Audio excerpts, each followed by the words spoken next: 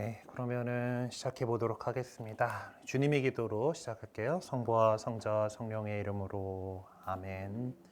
하늘에 계신 우리 아버지의 이름이 거룩히 빛나시며 아버지의 나라가 오시며 아버지의 뜻이 하늘에서와 같이 땅에서도 이루어지소서.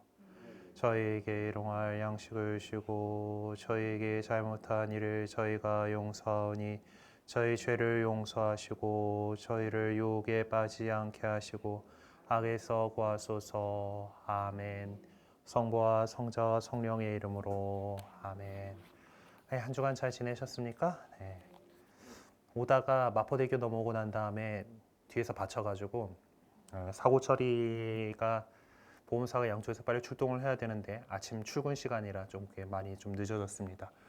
하여튼 죄송하다 말씀드리고, 다행히 저는 너무 멀쩡해가지고 물론 내일 돼봐야 알겠지만은 하여튼 역시 그 운전할 때 올바른 자세를 잘 갖고 헤드레스트 정확하게 맞춰놓고 하시면은 제법 세게 받쳤는데 별 문제가 없습니다.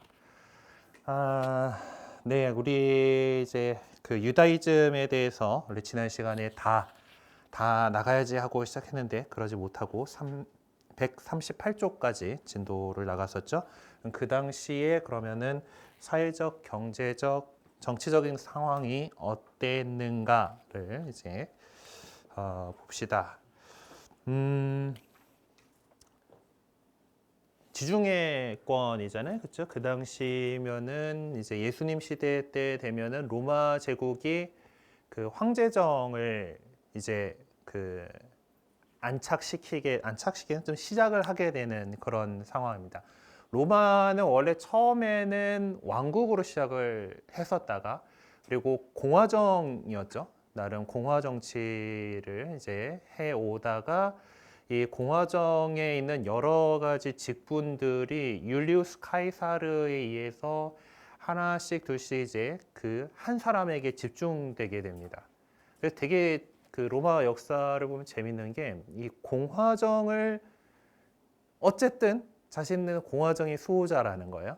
그래서 공화정에서 있던 것들을 합법적으로 뭔가를 하기 위해서 되게 노력을 하다 보면은 그러니까 그 우리가 동아시아에서 중국의 어떤 황제 이런 개념이라던가 이제 뭐 조금 더 그 서쪽에 가까운 그 서아시아 지역의 어떤 뭐 술탄국들의 뭐 이제 이런 그 전제 정치는 로마에서 상당히 후대에 나오게 됩니다. 그때 보면은 막 이제 어쨌든 자신은 기존 공화정의 수호자로서 내가 이 일도 저 일도 다 하는 거야. 뭐 이렇게 그렇게 되는 거예요. 그래서 그것을 이제 뭐 프린캡스를 해가지고 제1시민이라고 하는 그래 프린캡스정이라고 이렇게도 부릅니다. 뭐 제정이라고도 하는데 어쨌든 로마는 이제 여기서 제국이나 뭐 황제가 다스리는 나라로서의 제국이라기보다는 이제 여러 그 나라들을 산하의 밑에 두고 있는 그런 제국으로서 있는 거죠. 로마는 원래 이제 이탈리아 반도를 대강 이렇게 그릴 수 있을 거고, 그리고 이제 그 그리스 지역들이 있는 발칸 반도가 있고, 지금의 터키가 있는 소아시아 지역이 이렇게 있었고, 요쪽에서 이제 이집트하고 북아프리카, 스페인, 지브롤터, 좀 너무 대강 그렸나? 너무 대강 그렸 적당히 알아봐 주세요. 네. 그래서 이 지중해라고 하는 바다로 여기 뭐 시칠리아도 그려줘야겠지. 축구공 차야 되니까. 그리고 크레타 섬이 여기쯤인가? 헷갈린다. 어쨌든 뭐 여기 섬들 많고 에게해는. 네. 하여튼 이제 로마는 이제 여기서 이제 그 북아프리카 지역 카르타고하고 한판 붙어가지고 카르타고를 몰락시키죠. 그리고 그러고 뭐 이제 이집트도 뭐 여기 이쪽 지역들까지도 이제 마케도니아의 알렉산드로스 임금 그 황제가 이렇게 해가지고 했던 지역들이 이제 그 후계자들의 나라들이 됐고 이제 그런 얘기들을 하는 거가 마카베오서에서 유다의 어떤 항쟁기가 나오고 그 사이에서 이제 뭐 하스모네안 왕조가 생기고 이제 그러고 나서 이제 최종적으로 예수님 시대에는 헤로데가 왕권을 잡고 있던 시대입니다. 이쪽에 있는 이두메아 이두메아 사람이었던 헤로데가 이제 왕권을 잡고 로마하고 잘 줄타기를 잘 했어요. 근데 결국 그 아들 때에서 이제 그 제대로 이제 유다를 이제 맡은 그 임금이 제대로 그 하지 못해서 유다는 총독의 직속령이 됩니다. 그렇게 돼 있는 상황인데 어쨌든 이 지중해는 로마 사람들 입장에서 로마 다 이 지중해 연안들이 다 이렇게 그 영역을 펼치고 있었으니까 그러면 이 바다는 뭐예요? 우리 바다예요. 그렇죠. 그래서 마레 노스트룸이라고 하는 우리 바다라고 이렇게 할 정도까지 이제 로마의 기세가 대단했습니다. 그래서 로마는 대충 이제 여기 그 영국, 브리튼까지 이제 갔고 좀 뭐 라인강, 도나우강 이렇게 해가지고 이제 그 정도의 그까지 이제 자신들의 영역으로 삼았고 그 위에는 게르만족하고 투닥투닥 계속 하기를 했는데, 하여튼 뭐 게르만족은 나중에 이제 뒤에 뭐 이렇게 더 밀어 내려오긴 합니다만은 그 정도가 로마의 최대 강력이었어요. 네, 루카복음서 3장에 보면은 티베리우스 황제의 치세 제15년 본시오 빌라도가 유다 총독으로 헤로데가 갈릴레아 영주로 그의 동생 필리포스가 이투레아와 트라코니티스 지방의 영주로 리사니아스가 아빌레네의 영주로 있을 때 또 한나스와 카야파가 대사제로 있었을 때 하느님 말씀이 광야에 있는 스가랴 아들 요한에게 내렸다라고 이야기를 하고 있습니다. 자, 그다음 로마의 황제는 그때 티베리우스 황제 시절이다. 그리고 그 당시에 유대아 총독은 이제 그 본시오 빌라도였다. 그리고 헤로데 안티파스, 그러니까 지금 그 예수님 태어날 때의 헤로데 대왕하고는 다른 사람이에요. 이제 아들내미 중에 하나인데 안티파스라고 불리는 헤로데 안티파스가 여기 갈릴레아의 영주로, 그러니까 갈릴레아를 담당을 하고 있는 거였고, 그리고 뭐 이제 이런 내용들이 있죠. 그래서 그 헤로데 대왕이 죽은 뒤에 그 영토가 어떻게 분할 통치되었는지는 이제 이것들 보면 이제 영주하는 애들이 이제 그 후계자들이 어떻게 자리를 했는가라는 거고, 이제 뭐 성서 모짜리 나눔터 교재의 루카복음서 부분을 참조해 보라라고 했는데 이거 뭐 벌써 그것까지 가서 사서 보실 건 없을 것 같고요. 네, 어쨌든 이런 헤로데의 이제 가계 도표들 뭐 이런 것들을 이제 보시면은 이제 뭐 이 아들들한테 이제 나름 헤로데 대왕은 엄청나게 자신의 정적들을 박해하던 사람이기 때문에 보면은 자기 아들도 대항하면은 이제 그 반역죄로 몰아가지고 처형하기도 하고 했습니다. 그 아들들 중에서 잘 살아남은 아들들이 이렇게 유대 왕국의 영토들을 이제 좀 이리저리 이렇게 나눠서 가지게 됐는데 특히 그 예루살렘에 있던 유다 지방을 맡았던 사람이 누구인지 지금 기억이 정확하게 안 나는데 어쨌든 그 친구가 제대로 반란을 진압하지 못했어요. 그러다가 결국 이제 이 지역은 로마에서 파견 온 총독 본시오 빌라도가 직접 통치하는 구역으로 이렇게 되었던 거고, 갈릴레아 쪽에 있던 지금 여기 헤로데라고 얘기가 나오는 헤로데 안티파스 같은 경우는 이런 것들 나름 안에 그 내치를 잘 로마가 보기에 잘 했기 때문에 그래도 자신의 권력을 유지를 하고 있었습니다. 그리고 이제 또 사도행전에 나와 있는 16장 37절하고 39절, 또 25장 10에서 12절을 통해서는 어떤 법적인 체계를 조금 엿볼 수가 있어요. 바오로 사도는 로마 시민권을 가진 사람이었습니다. 그래서 이제 그것들을 필요할 때 적절하게 사용을 했죠. 그래서 로마 시민이 우리를 재판도 하지 않고 공연을 매질하고 감옥에 가져왔다. 이제 슬그머니 내보내겠다는 말입니까? 하고 이제 이 말을 전하자 행정관들은 이제 바오로와 실라스가 로마 시민이라는 말을 듣고 불안해하면서 그들에게 가서 사과하고는 그리고 데리고 나가서 도시에 떠나달라고 요청하였다라고 이렇게 하는 말이 나오고요. 25장에서는 이제 바오로는 나는 지금 황제의 법정에 서 있습니다. 그리고 여기에서 재판을 받아야 합니다. 그러니까 지금 요거는 어디서 나오는 건가 하면은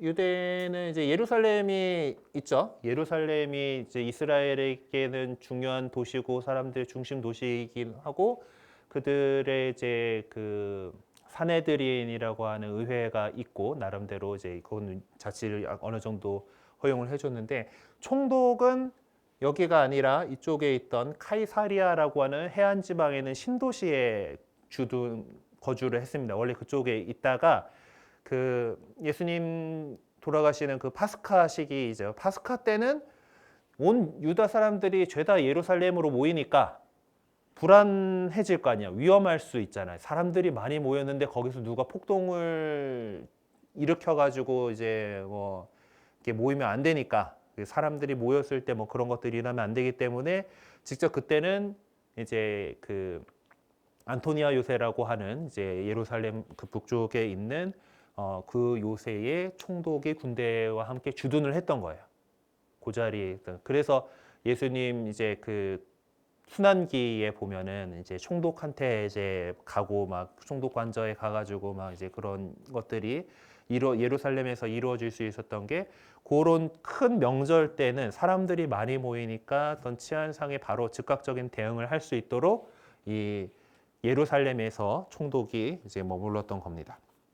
어쨌든 근데 그래서 이 카이사리아에 잡혀 있을 때의 그건데 이제 그 총독들이 이제 그 바오로라고 하는 사람이 잡혀 들어와 있는데 자기들이 보기에는 아무 문제가 없지만은 하여튼 지금 저 유다인들하고는 뭔가 종교적인 그 가르침에 관련된 문제로 문제가 있단 말이에요. 뭔가 지금 그 다툼이 있어요. 그래가지고 그 그 앞에 총독이 이제 총독하고 이제 이렇게 있는데 이제 계속해서 저 바오로라는 저놈 내달라고 이제 유다인들이 이렇게 얘기를 하니까 이제 그렇게 나오는 겁니다. 그래서 이제 저를 뭐 이제 고발한 내용이 아무 근거가 없으면 아무도 나를 저울에 내올 수 없으면 나는 황제에게 항소합니다라고 항소합니다라고 이렇게 선언을 했죠. 그래서 지방관이 이제 그 황제의 이름으로 이렇게 나와 있는 건데 거기서 로마 시민은 황제에다 항소를 하면은 로마에 가서 재판을 받을 권리가 있다라는 그런 거예요. 그래서 페스투스가 고문들과 상의하고 나서 당신은 황제께 상소하였으니 황제께 갈 것이요라고 대답하였다라고 이렇게 되어 있습니다. 사도행전의 두 내용을 통해서 당대 사회에서 로마 시민권이 얼마나 큰 위력을 발휘했는지를 알 수 있습니다. 그만큼 로마의 힘과 권세가 전 세계를 지배하고 있었다라는 사실을 알아야 되죠. 단순하지만은 모든 사법 체제의 최고봉에 로마 시민권이 이제 자리하고 있었을 만큼 과연 그 로마의 실질적인 힘이 어땠는지를 간접적으로 나와 볼 수 있는 그런 부분입니다. 사도행전 18장의 2절에서 26절을 읽으면서 장소, 이동, 경로와 이동 방식을 적어보라라고 되어 있는데 한번 봅시다. 사도행전 18장의 내용은 추우시죠? 네, 제가 쾌적한 온도라는 건 여러분 아마 추울 것 같아요. 느낌 들긴 합니다. 이제 햇빛도 안 드니까 이게 뭐 그렇게 바로 올라갈 것 같지는 않아요. 자, 코린토에서 선교하다라는 내용인데 이제 그 뒤에 바오로는 아테네를 떠나 코린토로 갔다. 거기에서 그는 폰토스 출신의 아킬라는 어떤 유다인을 만났다. 아킬라는 클라우디스 황제가 모든 유다인은 로마를 떠나라는 칙령을 내렸기 때문에 자기 황제 프리스킬라와 함께 얼마 전에 이탈리아에서 온 사람이었다. 이탈리아가 이 로마 시가 있는 이탈리아에서 온 사람이다라는 거죠. 뭐 이제 천막으로 같이 이제 일을 했다라고 이렇게 하고, 자, 이 장소가 지금은 코린토에 있죠. 코린토에 있고 실라스와 티모테오가 마케도니아에서 내려온 뒤로 바울은 유다인들에게 예수님께서 메시아시라고 증언하면서 말씀 전파에 전념하였다라는 얘기가 있고, 자리를 떠나서 티티우스 유스티누스 사람 집으로 갔고 회당 옆에 있었고 코린토 사람들이 있고 그 다음에 26절까지 그러고 나서 여기 코린토에서 여러 가지 일이 있었고 그리고 안티오키아로 가죠. 근데 형제들과 작별하고 프리스킬라와 아킬라와 함께 배를 타고 시리아로 갔다라고 전하고 있어요. 바오로는 뭐 서원에서 캥그레에서 머리를 깎았다 하고 있는데, 이 성경 지도를 갖고 왔으면은 참 편하게 얘기를 할 수가 있었을 텐데 안 갖고 왔네. 하여튼 저희가 만든 그 성경 통독 지도 혹시들 뭐 사 보셨던지 선물로 받으셨던지 하셨으면은 한번 이 부분 이제 바오로 사도의 여행에서 보실 수가 있는데, 일단 코린토는 이 소아시아 지역에 있던, 코린토가 소아시아인가? 이 지도가 나와 있는 게 하나도 없냐? 갑자기 지금 얘기를 하려고 그러니까 어디 위치였는지 정확하게 찝기가 지금 기억이 잘 안 나네요. 네? 요 건너편이었나? 코린토 이쪽. 코린토 이쪽이었나? 그 그리스 쪽이죠. 그래서 뭐 이제 그 안티오키아는 뭐 여기 있는 그 동네니까 이제, 그래서 요런 데는 배를 타고 다녀야 됐을 거 아닙니까? 배 타고 다녀야 되고, 그리고 뭐 시리아까지 다시 오는데도 뭐 이리저리 배편을 잘 활용을 했습니다. 그래서 아무래도 그 걸어서 다니거나 돈이 많았으면은 말을 타고 다녔겠지만은 뭐 말 타고 다니는 것도 만만치가 않은 일이에요. 저 말이 생각보다 쉽게 지칩니다.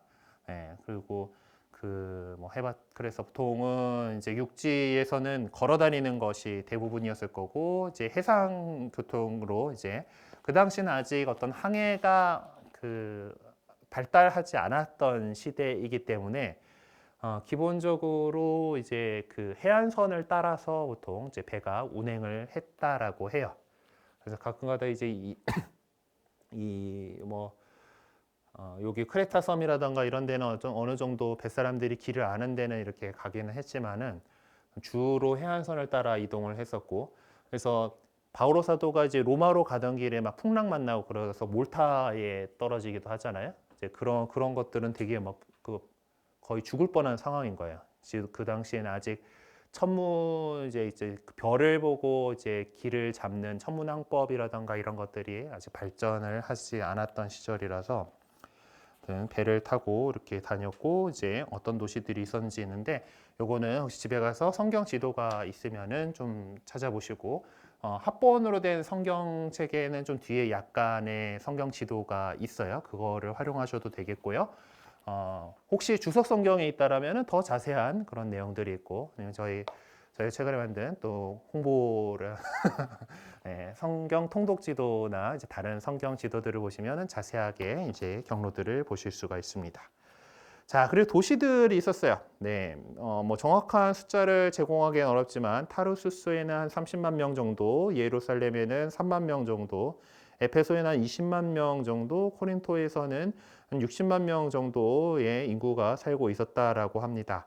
뭐 안티오키아가 상당히 그 큰 도시이기도 했고, 또 이집트에 있는 알렉산드리아라고 하는 도시 역시 100만이 넘는 인구가 살았다라고 해요. 그 당시에 100만이 넘게 살 수 있다라는 것은 놀라운 일입니다. 지금 수도 서울에 1000만 인구가 살 수 있는 것은 이제 이 인구를 먹여 살릴 수 있는 식량을 조달해 올 수 있는 수송 능력이 생겼고, 그리고 이 인구가 쌓는 그 배설물들을 처리할 수 있는 하수 시설이 생겼기 때문에 가능한 일이에요. 그 전까지는 그 하수도 상수도 개념 잘 없었던 시절에, 그래도 로마 시대는 그래도 상수도를 만들었잖아요. 로마인들의 중요한 발명 중에 하나 상수도예요. 산에서 이제 깨끗한 물을 끌어다가 대단하다고 하죠. 이 계속해서 이게 그 내려가야지 물이 흘러갈 거 아닙니까? 고이는 거 없이. 그거를 갖다가 다 이제 그 당시 기술, 토목 기술로 만들어낸 거죠. 상수도는 로마 시대에 만들었지만 하수도가 나오는 거는 대략 근세까지 가야 됩니다. 그런 식으로 이제 위생이라던가 이런 문제들이 있었기 때문에, 그리고 농업 생산물들, 사람들의 식량을 갖다가 도시로 이렇게 집중시키는 것이 쉽지 않았기 때문에 이 당시에 막 100만 명씩 사는 도시다라고 하면은 그것도 나름대로 어마어마한 도시였던 것이죠. 네, 그리고 바오로 사도는 이렇게 도시들을 위주로 해가지고 활동을 했다라는 거였어요. 사람들이 많이 모여 있으면은 아무래도 더 이야기를 듣고 그것이 퍼져나갈 수 있는 가능성이 높잖아요. 그렇죠? 자, 이번 로마의 속국으로 전락한 팔레스티나인데 이제 헤로데 임금이 나름 이제 로마의 후원을 받아가지고 그 당시에는 공화정이던 로마의 그 후원을 받아가지고 이제 나름 줄타기를 잘 해가지고 상당히 강력한 유다 왕국을 이제 만들긴 했어요. 하지만 그 아들 때에서 이제 막 이렇게 흐트러지기 시작하죠. 근데 그것이 이제 그 로마의 그 지배를 받게 되었다라고 알려주는 가장 구체적인 표지는 뭐예요? 주권이 미치는 데에는 세금이 있는 거죠. 세금을 징수했다. 그래서 보고만 해도 보면은 세리에 대한 이야기가 나오는 거고 이제 그 뭐 동전을 놓고서 이제 이게 뭐 황제의 것은 황제에게 하느님의 것은 하느님에게라고 하는 말씀을 이렇게 하시는 거였어요. 그래서 이제 세금을 바친다라고 하는 것에 대해서 신약 성경에 분명하게 밝히고 있죠. 네. 그래서 아까 그 황제의 것은 황제에게 그 하느님의 것은 하느님의 것이 아마 마르코 복음서 요 내용일 거고요. 그 유다인 세계가 로마 제국에 종속되어 있다는 사실은 총독과 임금의 존재를 통해서 확인이 됩니다. 그 루카복음서 23장의 이 내용들은 이제 총독의 권한이라던가 이제 이런 것들에 관한 내용일 거예요. 그리고 또한 로마의 지배 아래에서 살기는 했지만 유다인들은 나름대로 자신들의 의회가 있어요. 그렇죠? 이제 사도행전에도 여러 차례 이렇게 나오고 그리고 뭐 이제 최고의회라고 불리는 그 의회가 있었고 그들의 어떤 종교적인 삶도 유지를 하고 있죠. 성전을 유지를 하고 있었고 거기에 사두가이파들, 대사제들 계급들이 있었고 또 그들과 바리사이들 중심으로 한 자체적인 의회도 있긴 했지만은 그들이 할 수 있는 거가 있고 할 수 없는 거가 있었습니다. 그렇죠? 그리고 이제 그들은 나름대로 자신들이 로마로부터 인정받고 있는 기득권을 지키기 위해서 예수님 같이 어떤 특정한 인물이 부각되는 것을 원하지 않았고 그래서 여러 가지 이유로 예수님을 제거했던 것이죠. 그리고 그렇지만 사형을 처할 권한은 그들에게 없었기 때문에 총독에게 데리고 가는 것들 이런 것들을 보면은 그렇게 지금 이 팔레스티나 지역은 로마의 속국에 해당하는 그런 곳이었구나라고 우리는 볼 수가 있습니다. 하여튼 요 뒤에 참고 자료 나와 있는데요. 그것들도 잘 읽어보시면은 여러 가지 확인하실 수 있는 내용들이 많이 있을 겁니다. 자, 3번은 상이한 모습을 지니신 예수님이라는 건데요. 예수님을 주님으로 메시아로 고백하는 신앙인들은 참 다양했습니다. 뭐 믿는 사람들 가운데에서 그 기초가 유다인이었던, 그러니까 이미 하느님을 알고 있고 믿고 있던, 그리고 아마 보통 이런 경우에는 바리사이들 계열이어 가지고 어떤 그 내세에 대해서도 믿는 사람들이었을 가능성이 높겠죠. 그런 하느님과 또 어떤 천사들, 내세 이런 것들에 대한 개념이 어느 정도 있는 유다인들이 있었을까 하면은 아니면 아까 그런 그 이제 그리스 로마 지역에 다양한 그 종교를 갖고 있던 이방인들이었을 수도 있어요. 예. 그리고 이거 그리스도교 문화가 지배하는 나라에 사는 사람이 있는가 하면은 아니면 지금 좀 오늘날까지도 이야기를 하는 것 같네요. 그래서 뭐 이미 그리스도교가 잘 전파되어서 그것이 문화로서 작용하는 곳에 살아가는 사람들이 있을 거고 우리나라 같이 아직 그 문화가 막 뿌리 내린 건 아닌 우리는 사실 어떤 불교가 오랫동안 이제 그 한국의 정신 세계를 이제 이끌어온 종교이기 때문에 불교 또 그리고 무속 이런 것들이 은연중에 많이 있습니다. 네. 우리가 사용하는 말 중에 불교 용어였던 뭐 인연이라던가 하는 것들도 이렇게 있고 그런 것들을 보면은 그리고 뭐 많은 젊은이들이 막 이제 이번 생은 망했어라고 이렇게 하는 것은 이제 그 불교식의 어떤 윤회관이 있기 때문에 할 수 있는 얘기죠. 다음 생이 있다고 믿으니까. 그래서 늘 저는 이제 우리 청년들한테 그리스도교 세계관에는 다시 다음 생 그런 거 없어. 지금 잘 살아야 돼라고 강조를 합니다. 예. 우리는 직선적인 세계관이잖아요. 그렇죠? 하나님께서 세상을 창조하셨고 쭉 가는 어떤 그 시간 여정 가운데 우리가 지금 이 지상에서 살아가고 있고 그리고 다시 하나님 나라라고 하는 본향으로 돌아갈 거예요. 그리고 거기서 영원한 생명과 참된 평화를 누리게 될 것이다. 그것이 우리의 그 신앙이고 믿음이고 세계관이기 때문에 우리는 이번 생은 망했어라고 하면서 포기해버리면은 그냥 망하는 거예요. 네. 다음번에 뭐 이렇게 다시 뭐 이런 게 그런 게 아니죠. 어쨌든 이런 문화 이런 그런 상황들 속에서 그리고 있을 거고 또 우리들 가운데에서도 보면은 어떤 사람은 아주 이제 대대로 이제 신앙을 이어오면서 그런 분위기 속에서 성장했고 지금 그렇게 믿는 사람이 있는가 하면은 나중에 이제 성인이 돼서 어떤 계기를 통해서 초대받아서 그 복음을 받아들이고 그리스도인으로 살아가는 사람들도 있을 겁니다. 다양한 그런 사람들이 있어요. 뭐 지적 수준이 높은 사람이 있을 수도 있고 배우지 못한 사람이 있을 수 있고 사회적으로 높은 지위에 있는 사람이 있을 수 있고 또 일용직 노동자로서 이렇게 살아가는 분들도 있을 거예요. 자, 분명한 것은 모두가 주님을 고백하고 믿음의 삶을 살아가고 있다라는 사실일 거예요. 하지만 그들 다 자신이 처한 상황에서 예수님을 바라보고 이해할 수밖에 없습니다. 네. 내가 만난 예수님인 거예요. 그러니까 남이 만난 예수님을 어떤 우리가 소개받고 그 이야기를 듣고 믿기 시작하긴 했지만은 결국 나의 상황 속에서 나의 삶의 자리에서 내가 서 있는 이곳에서 바라보는 예수님을 보게 됩니다. 자, 그래서 이 정치, 경제, 사회적인 상황들과 갖고 있는 문화는 그들이 어디에 중점을 두고 주님을 바라보아야만 할지를 규정해 주는 요소들입니다.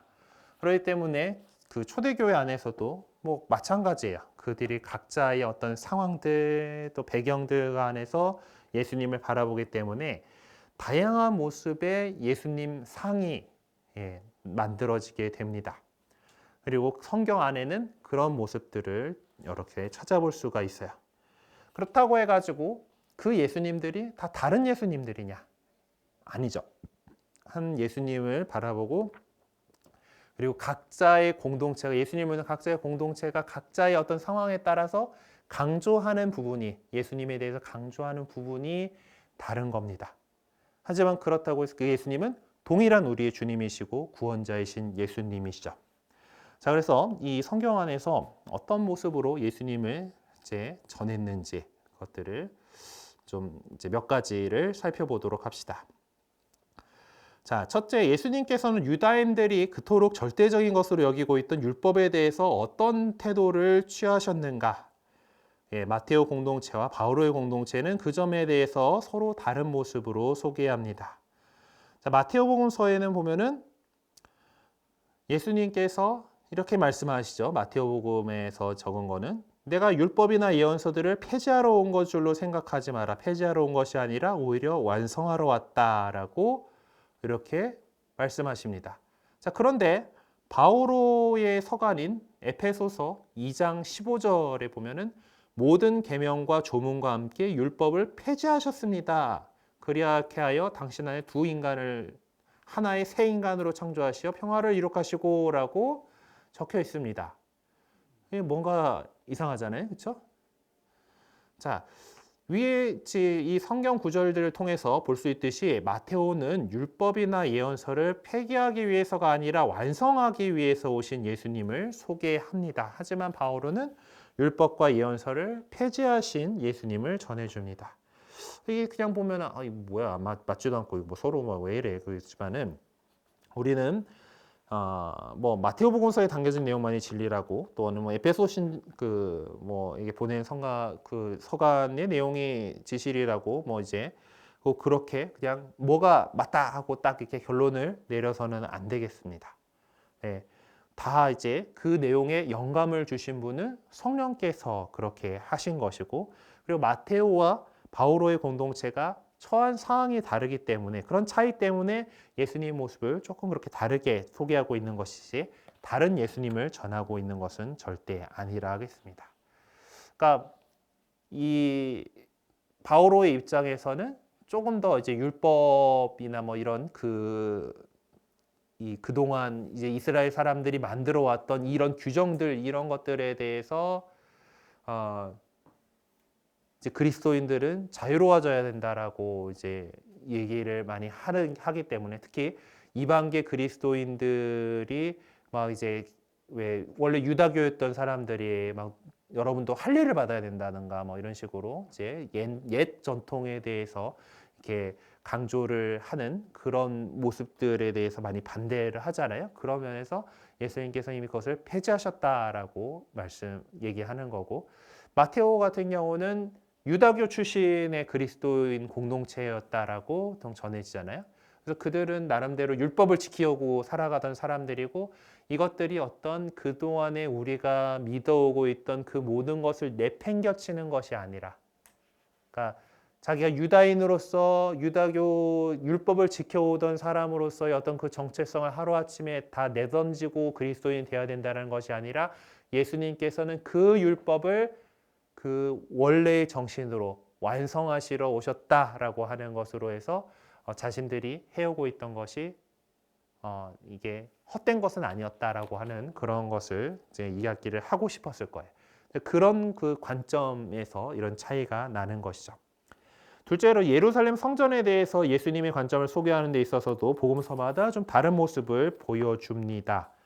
예, 마테오 복음서의 표현에는 이제 두 사람이 나서서 이자가 나는 하느님의 성전을 허물고 사흘 안에 다시 세울 수 있다고 말하였습니다라고 하였다라고 하는 말이 있고 마르코 복음서에 보면은 우리는 저자가 나는 사람 손으로 지은 이 성전을 허물고 손으로 짓지 않은 다른 성전을 사흘 안에 세우겠다라고 말하는 것을 들은 적이 있습니다라고 하고 요한복음서에는 보면은 이제 예수님께서 이제 이 성전을 허물어라 그러면 내가 사흘 안에 다시 세우겠다. 그러나 그분께서 성전이라고 하신 것은 당신 몸을 두고 하신 말씀이었다라고 뭔가 이제 같은 말씀을 전해 주는데 이게 조금씩 다른 느낌으로 다가옵니다. 자, 마테오 공동체는 예루살렘 성전이 메시아 왕국 안에서 본연의 역할을 간직해 가리라는 것을 믿고 있었어요. 그래서 그 뜻이 인용한 내용 속에 드러납니다. 그런가 하면 마르코 공동체는 예루살렘 성전을 인간의 손으로 만든 우상과 비교하고 있기도 하고요. 그래서 예루살렘 성전과 그리고 종말론적인 성전이 다른 거다. 불연속성을 갖다가 두드러지게 표출해 주고 있어요. 그래서 손으로 지은 성전, 사람 손으로 지은 성전, 그리고 손으로 짓지 않은 성전이라고 하는 그런 것으로 두 개를 구분을 하고 있습니다. 그리고 요한의 공동체는 더 근원적이죠. 네, 바로 이제 당신 자신을 그분께서 성전이라고 하신 것은 당신 몸을 두고 하신 말씀이었다. 네, 그래서 교회를 그리스도의 신비로운 몸으로서 그리고 우리는 그 지체고 우리는 그래서 살아있는 성전을 이루고 있는 사람들로 인식하고 있죠. 우리 자신도 성령께서 거하시는 성전이다라고 우리는 지금 이제 오늘날의 그리스도인들은 그렇게 믿고 있습니다. 그래서 이제 우리는 지금 요한복음서가 전해주는 그 내용을 바탕으로 해서 이제 마테오와 마르코가 전해주는 내용을 이해하고 있는 것이에요. 그래서 위에서 내용한 이 세 본문 안에서 실질적으로 두 가지 공통점을 찾아볼 수가 있는데 하나는 허물고 다시 세운다라고 하는 이 대치되는 개념이고 그리고 사흘에 대해서 언급하고 있다라는 것. 예, 그리고 그래서 우리 그 점 때문에 이 그리스도의 순환과 부활을 예고하는 것일 뿐이고 어떤 요한복음서의 그 관점에서 의 본문들을 이해하게 됩니다. 또 살펴보아야 될 것이 이제 사도행전 6장 13절에서 14절인데 이제 그 스테파노 그거가 마침 오늘 본문인데 그렇죠? 오늘 저희는 나자렛 사람 예수가 이곳을 허물고 또 모세가 우리에게 물려준 관습들을 뜯어 고칠 것이고 이자가 말하는 것을 들었습니다. 그래서 이것은 이제 그 스테파노에 대한 어떤 그 재판관에서 나오는 것인데 스테파노 역시 이제 이 아까 먼저 확인했던 신약 성경들의 세 본문들이 근거로 삼았던 예수님의 말씀에 근거를 두고 있지만은 그 내용은 또 다릅니다. 그러니까 스테파노는 사도행전에서 나자렛 예수가 이 성전을 헐고 또한 모세가 전해준 관습을 뜯어 고칠 것이라고 주장한다라고 이제 뭐 저 사람들이 주장을 하는 거긴 한데 어쨌든 그렇게 했는데 여기서는 어떤 성전 재건에 대한 것이 전혀 고려되고 있지 않죠. 다시 세울 것이다라고 하는 이제 그것에 대해서는데 이제 이것도 역시 음, 그 죄송합니다.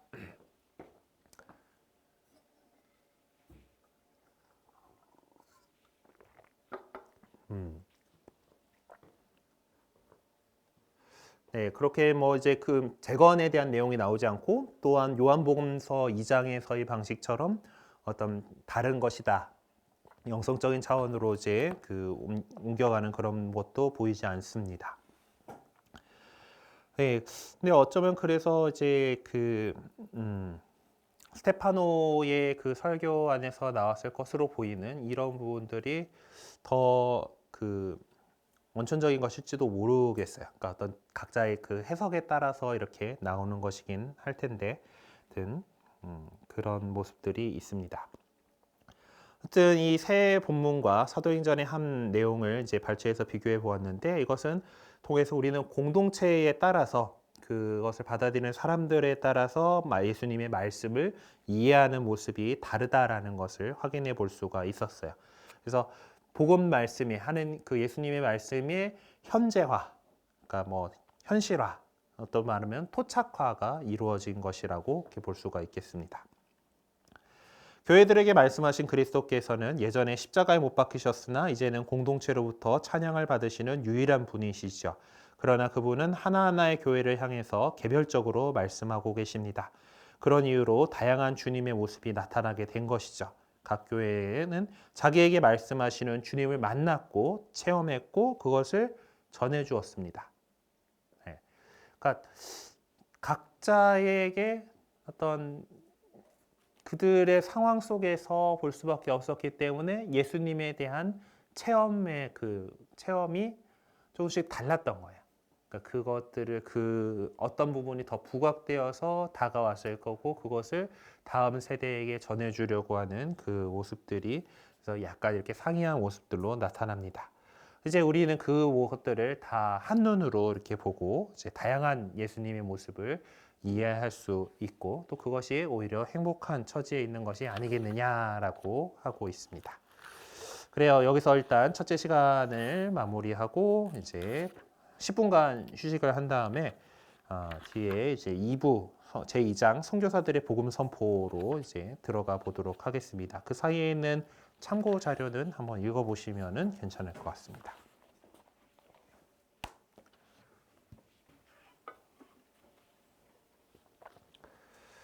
자, 이제 두 번째 시간 이어나가 보도록 하겠습니다. 이제 164쪽으로 넘어가서 선교사들의 복음 선포에 대한 내용을 보겠습니다.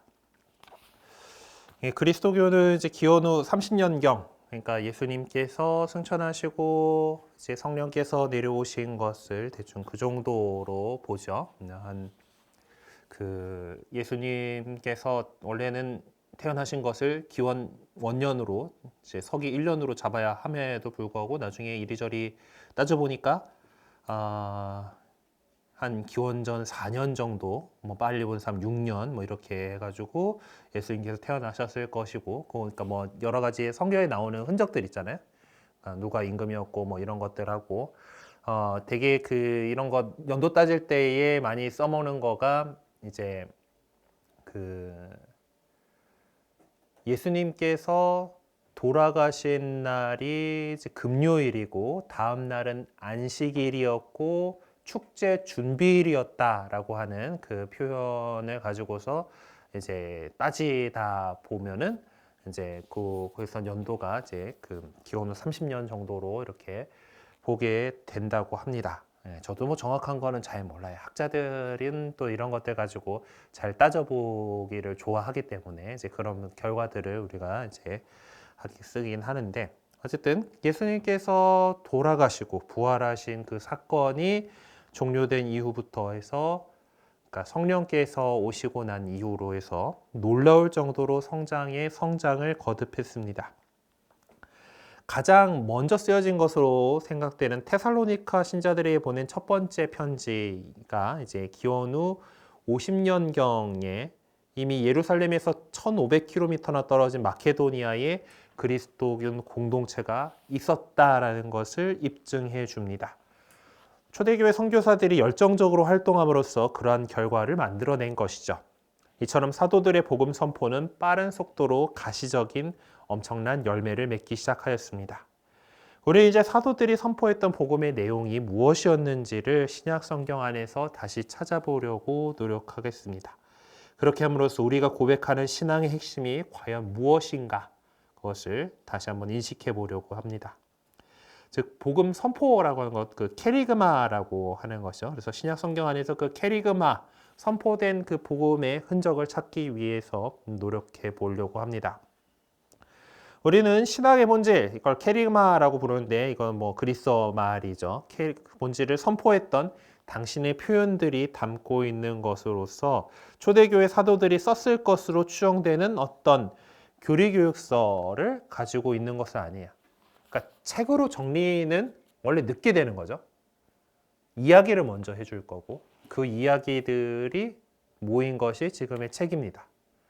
자, 그러면 하여튼 그러면은 그렇게 이야기해줬던 그 초대교회 사도들이 뭔가 자 우리는 이렇게 예수님에 대해서 가르칠 거야 라고 표준 교리서를 만들지는 않았고 각자가 체험했던 그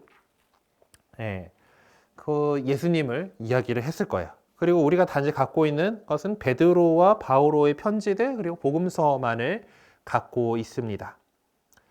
네, 그런데 이제 이것들은 이제 뭐 바오로가 직접 쓴 편지들 뭐 그런 경우들을 제외하고는 더 상당히 후대에 편집된 것이죠.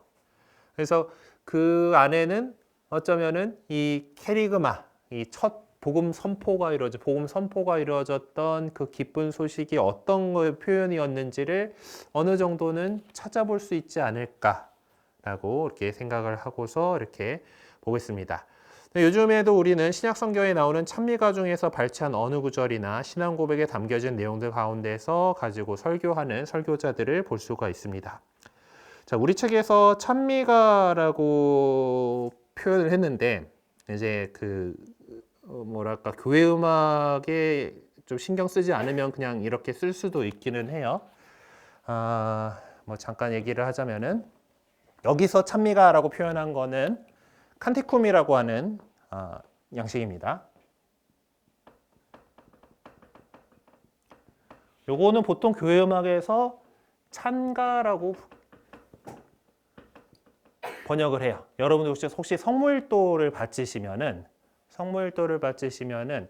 이 그 신약 성경이나 구약 성경에 나오는 시편과 같은 양식의 어떤 운문체 노래를 칸티쿰 찬가라고 표현합니다. 그러니까 뭐 대표적으로 이제 마리아의 찬가는 칸티쿰이죠. 그리고 성무일도를 바치시다 보면 앞에 하느님 날 구하소서 주님 어서 오사 나를 도우소서 한 다음에 되게 그 정형화된 7-3조, 뭐 5-4-3이든 뭐 이런 4-4-4-4든지 이렇게 정형화된 시가 노래가 앞에 있어요. 걔를 힘누스라고 해요. 그리고 요거를 찬미가라고 번역합니다. 그러니까 찬가는 성경에 나오는 시편 말고 나머지 노래라고 생각을 하시면 되고 찬미가는 후대 사람들이 보다 정형화된 노래 가사로서 만든 하느님을 찬미하는 그 노래 가사. 그래서 힘누스하고 칸티쿰으로 구분을 하는데 우리 책에서는 별로 구분 안 하고 그냥 찬미가라고 적고 있습니다. 그냥 참고 삼아서 알아두세요. 그래서 제가 그냥 발음을 최대한 찬가라고 읽으려고 노력을 하는데 어쨌든 찬미가라고 적혀 있는데 왜 찬가라고 읽고 있지라고 생각하실까봐 미리 알려드립니다. 저는 뭐 크게 교회 음악 하는 사람도 아니면 중요한 건 아니니까요. 어쨌든 그런 찬가들 가운데에서 우리도 또 발췌해서 이제 볼 수가 있죠. 특히 그 그리스도 찬가 뭐 이런 것들, 뭐 로고스 찬가 이런 되게 훌륭한 그 아름다운 곡들 그것들이 있습니다. 그래서 그것이 신앙 고백으로서 이제 이루어졌던 거죠. 자, 서간들 속에서도 베드로와 바오로가 그런 모습을 보여주고 있는 것과 마찬가지로 복음을 선포하는 설교자들도 그리스도 공동체가 선포한 신앙의 표현들을 일부를 때때로 인용하기도 했습니다. 그러니까 바오로 사도도 보면은 그 당시 그리스도 공동체 사이에서 흔히 이렇게 불려졌던 그 찬가의 내용을 자기 편지 안에 인용하고 있는 그런 모습들을 볼 수 있어요. 아까 슬쩍 얘기했던 그리스도 찬가 같은 경우는 그렇게 보이죠. 그 바오로 사도의 작품이 아니라 그 당시 이렇게 그 교회 안에서 사용되고 있던 그런 것을 인용했을 거다라고 봅니다. 하여튼 우리가 여기서 하고자 하는 작업은 그와 같은 초기 복음 선포의 내용들을 다시 한번 찾아보는 일입니다. 결론적으로 미리 말하면은 초기 복음 선포는 본질적으로 하느님께서 십자가에 처형되신 예수님을 다시 살리셨다라고 하는 그 사건에 초점을 맞추고 있습니다. 근데 이 사건 자체가 너무나도 풍요하고도 심오한 의미를 내포하고 있기 때문에 이걸 뭐 그냥 딱 한 가지 표현 양식만 가지고 이 엄청난 사건을 제대로 표현할 수가 없기 때문에 이렇게도 표현해보고 저렇게도 표현해보고 이렇게 한 흔적들이 분명히 남아있을 거다라는 거죠. 그래서 우리는 그 초대교회 신자들이 자신의 신앙을 표현했던 다양한 문학적 유형들을 통해서 그들이 얼마나 다양한 이미지를 통해서 부활 사건을 표명하고자 했었는지를 한번 다시 발견해 볼 수 있을 것입니다. 자, 그래서 예수님의 신비를 깨닫게 하기 위한 이미지들이 있었을 거예요. 우리는 우선적으로 사도행전과 서간들 속에서 발췌한 몇몇 구절들을 집중해서 읽게 될 것입니다. 그리고 거기서 나오는 일련의 이미지들을 뽑아내게 될 거예요. 그러한 이미지의 대부분은 또한 구약 성경에서 가져온 것입니다.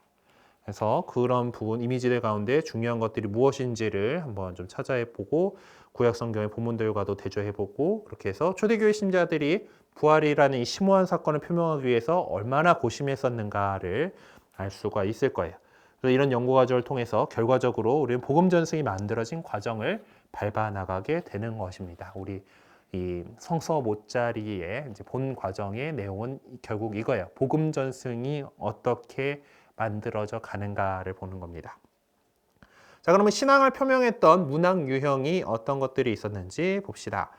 비그리스도교 신자들이나 유다인들 또는 이방인들을 대상으로 한 선교사들의 설교는 신앙의 본질을 표명하는 데 초점이 맞추어져 있죠.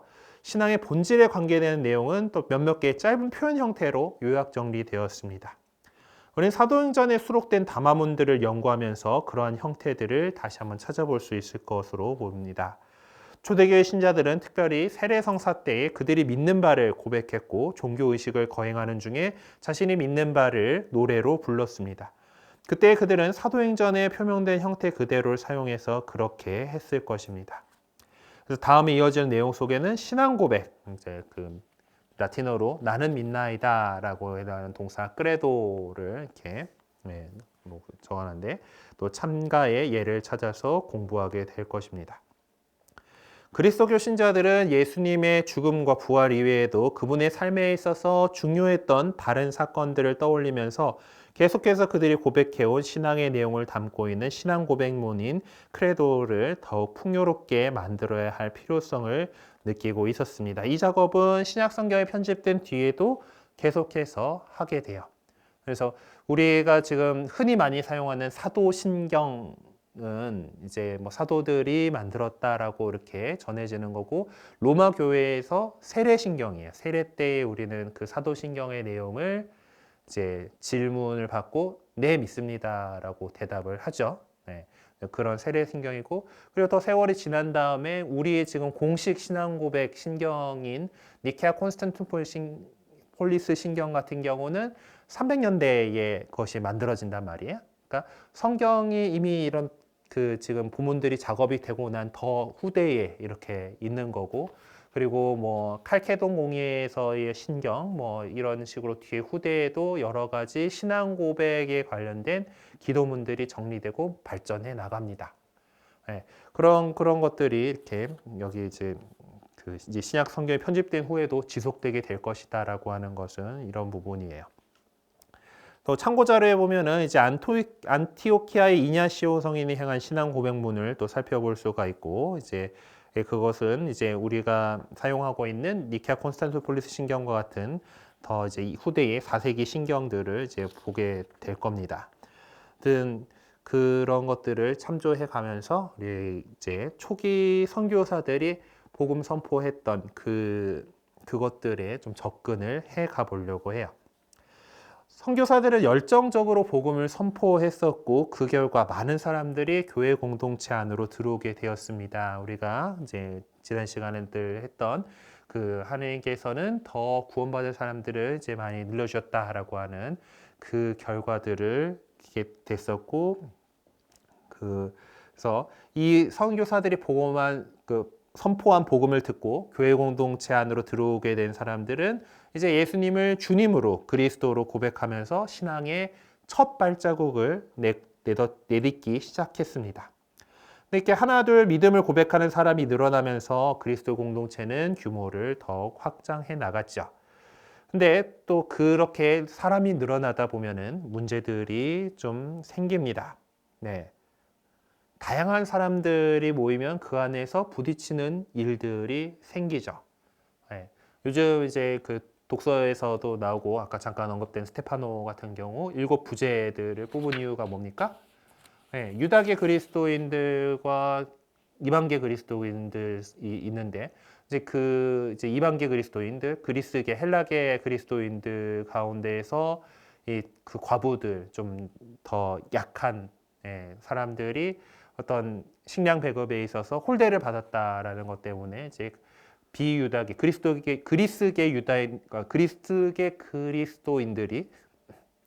그리스도인들이 이제 항의를 하고 이제 그런 상황 속에서 이제 이런 것들에 대해서 보다 전문적으로 할 사람들을 뽑은 거죠. 봉사자들을 뽑은 겁니다. 그런 식으로 문제가 있었고 그런 문제들은 오늘날에도 계속해서 있죠. 사실 한국 천주교회는 80년대에 상당한 성장을 했습니다. 민주화 과정도 있었다고 하지만 어떤 사람들은 강남 개발을 보기도 해요. 강남에 그 허허벌판에 아파트가 생기고 사람들이 모여서 살기 시작했어요. 그러면은 여러 곳곳에서 온 사람들이 모여왔죠. 그러면 그들은 뭔가 이 커뮤니티를 형성하고 싶어 했고 그것이 교회였다. 개신교회든 천주교회든. 그래서 그 안에서 사람들이 이렇게 모이고 이제 이러다 보니까 이런 저런 사람들이 모이게 됐고 예비자 교리 과정들이 그렇게까지 우리나라가 철저하지 않잖아요. 그렇죠? 네. 뭐 지금이야 요새 뭐 단계별 입교 예식에 따른 뭔가들을 갖다가 좀 요소들을 하려고 하지만은 보통 거기서도 보면 되게 긴급하게 모든 걸 싸그리 하는 그런 양식으로 여전히 본당에서들 세례를 주고 있어요. 예. 그리고 뭐 예비자 교리 끝나고 나서 되게 어떻게 해야 될지 아직도 모르는 그 예비자들이 그냥 이리저리 이렇게 다니고 있고 뭐 이제 뭐 그래도 대부모를 좀 그래도 잘 만나가지고 같이 뭐 활동이라도 하면 다행인데 안 그런 경우들도 있고 또 그리고 그 대부모들도 아주 훌륭한 그리스도인이냐 아닐 수도 있어요. 또 그냥 막 이제 그 세력을 형성하는 마치 영화 대부에 나오는 대부처럼 이제 그렇게 되기도 하는 거야. 지금 우리 그 상황들도 그렇죠. 그러니까 공동체 안에 사실 계속해서 끊임없이 다양한 문제들이 발생합니다. 그 안에서 우리가 예수 그리스도를 중심으로 복음을 중심으로 그것들을 잘 식별해 나가야 되는 거죠. 그러기 위해서 우리가 이렇게 공부를 하고 있는 거고 또 이런 것들을 여러분들이 이제 또 여러분들의 공동체 안에서 이렇게 또 성령의 도우심을 받아서 그 빛을 잘 인도해 나갔으면 좋겠습니다. 어쨌든 그런 문제들이 튀어나오면 그거를 해결을 봐야 됩니다. 어떻게든 해결을 하고 그렇게 해 나가게 되죠. 기원 후 70에서 80년 사이에 이제 그 부활하신 분의 발현에 관한 이야기가 편집된 게 된 것들도 그러한 문제들을 해결해 나가기 위한 목적에서였습니다. 뭔가 명확하게 이제 통일된 기록을 갖고 얘기를 해야 되는 거예요. 이제 이미 그 목격 증인들이 하나둘씩 세상을 떠나고 이제 그 얘기 들은 사람이 또 듣고 이렇게 이어지고 이어지는 건데 그것이 뭐 정확하게 될 수는 없는 노릇이잖아요. 그러니까 그것들을 정확하게 기록을 해야겠다. 그 당시에 갖고 있던 이제 문자를 활용해서 그 그리스 말을 이용해 헬라어라고 하는 언어를 이용을 해가지고 그것을 적게 된 것이죠. 옛 전승의 뿌리를 두고 있던 부활 반열에 대한 전승들은 어떤 이야기라는 형태로서 이제 성문화되게 된 것이죠. 그 안에서는 우리가 지금 바라보려고 하는 초창기 선교사들의 어떤 복음 선포가 어떻게 이루어졌는가에 대한 것들, 그 흔적들을 찾아볼 수가 있을 겁니다. 그래서 그 본문 두 개를 간략하게 살펴보려고 해요. 네. 늘 계속 강조드립니다만은 예수님께서 다시 사셨습니다. 이 부활의 그 복음 선포가 핵심이었어요. 하나의 그냥 단순한 주장으로 그칠 수 있는 것이 아니라 또 애매모호한 주장으로 그쳐서도 안 됩니다. 두말할 여지 없이 그리스도교 신앙의 가장 본질적이고 핵심적인 내용을 담고 있는 것이기 그런 언명이기 때문에 그래요. 초대교회 신자들은 주님의 부활을 선포하면서 바로 그렇게 생각하고 있었습니다. 한편 그들은 주님의 부활을 선포하면서도 자신들도 주님과 같은 삶을 살아야 한다라는 당위성과 주님과 같은 삶을 살 수 있다는 희망을 동시에 표명하고자 했어요. 다시 말해 그리스도 신자들은 자신들의 실존에 가장 중요한 의미를 던져주고 있는 주님의 부활 사건을 그저 단순한 어떤 사건인 것처럼 전할 수 없었고 또 그렇게 해서도 안 된다라고 생각했던 것입니다. 그래서 좀 더 확장해야 되죠. 십자가에 달리신 분을 하느님께서는 그분을 죽음으로부터 다시 살리셨다. 네. 그래서 예수님의 지상에서의 삶 그리고 특별히 그분의 죽음을 생각하지 않고서는 그분의 부활에 대해서 말할 수도 연구할 수도 없습니다. 실질적으로 예수님께서는 사형 선고를 받으셨고 처형되셨습니다. 그래서 우리 그 신앙 고백에서 정말 그때 그랬다고요. 본시오 빌라도 통치 아래서 고난을 받으시고라고 하는 그 역사적인 일을 이렇게 기억을 하고 있는 거예요. 이제 사도신경에서 본시오 빌라도의 우리 통치 아래서니까 이제 본시오 빌라도가 총독으로 있던 그 시대에라고 하는 언명이다라는 것을 우리는 그래도 천주교 신자들은 좀 그냥 잘 그러고 받아들이는 편인데 개신교 같은 경우는 이것 좀 번역을 갖다가 본디오 빌라도에게서 고난을 받으사 뭐 이렇게 번역을 한 게 있다 보니까 이 본시오 빌라도 이놈이 예수님을 죽인 그거다라고 이제 되게 막 해서 그렇게 이제 받아들이던 사람들이 있어요. 단순히 근데 사실 생각해 보면 우리 그리스도교는 로마 제국 안에서 이제 박해를 받긴 했지만 어째저째 이렇게 살아가고 있던 사람들이잖아요. 근데 그런데 거기서 로마 제국의 총독을 예수님을 죽였다는 이유로 뭐라고 한다. 탄압받을 빌미를 더 늘려주는 것밖에 안 되는 거잖아요. 그러니까 사실 절대 그런 의도로 적은 게 아닌 거고, 그리고 사실 어떤 이제 라틴어 원문을 보면은 수 본시오 빌라도이기 때문에 본시오 빌라도의 아래에서 그러니까 그 본시오 빌라도가 유대아를 통치하고 있던 그때에라는 것으로 이제 정확하게 역사적 사건이다라는 걸 표명하기 위해서 있는 것이지 본시오 빌라도 저 우유부단하게 우리 주님을 못 빼내고 죽이게 했다 이렇게 보면은 안 되는 거죠. 단지 그냥 그때 그 사람이다. 갑자기 왜 일로 튀었지? 어쨌든 처형되셨어요.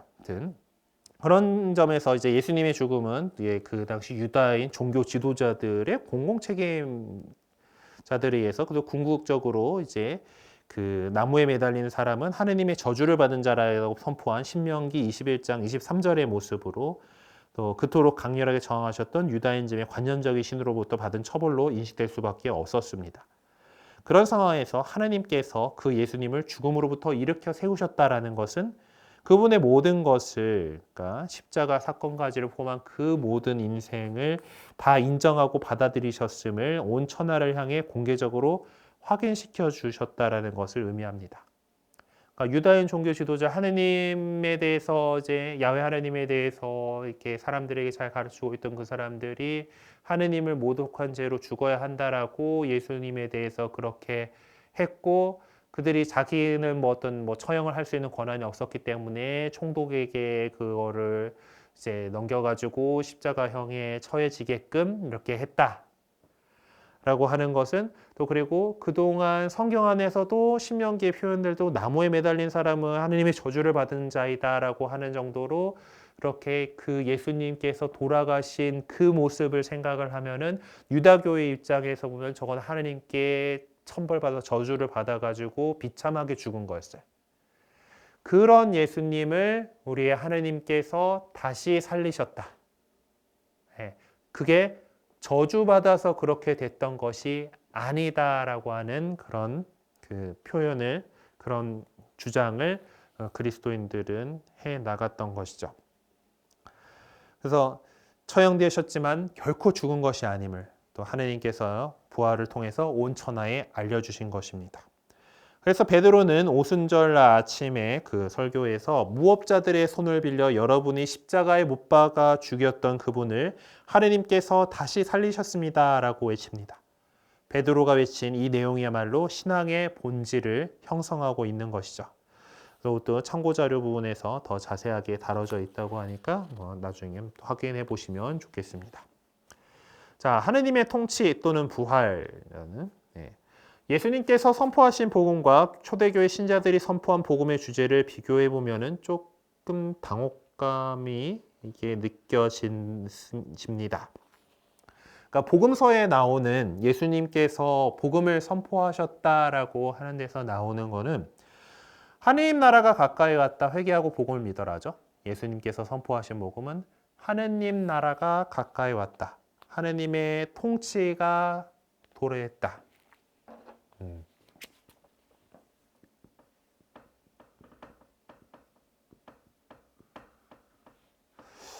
자, 이것이 그 하나님 나라가 가까이 왔다가 예수님께서 선포하신 복음이다라고 이제 복음서에서는 있는데 성령께서 오시고 난 다음에 제자들이 선포한 복음은 예수님께서 부활하셨습니다.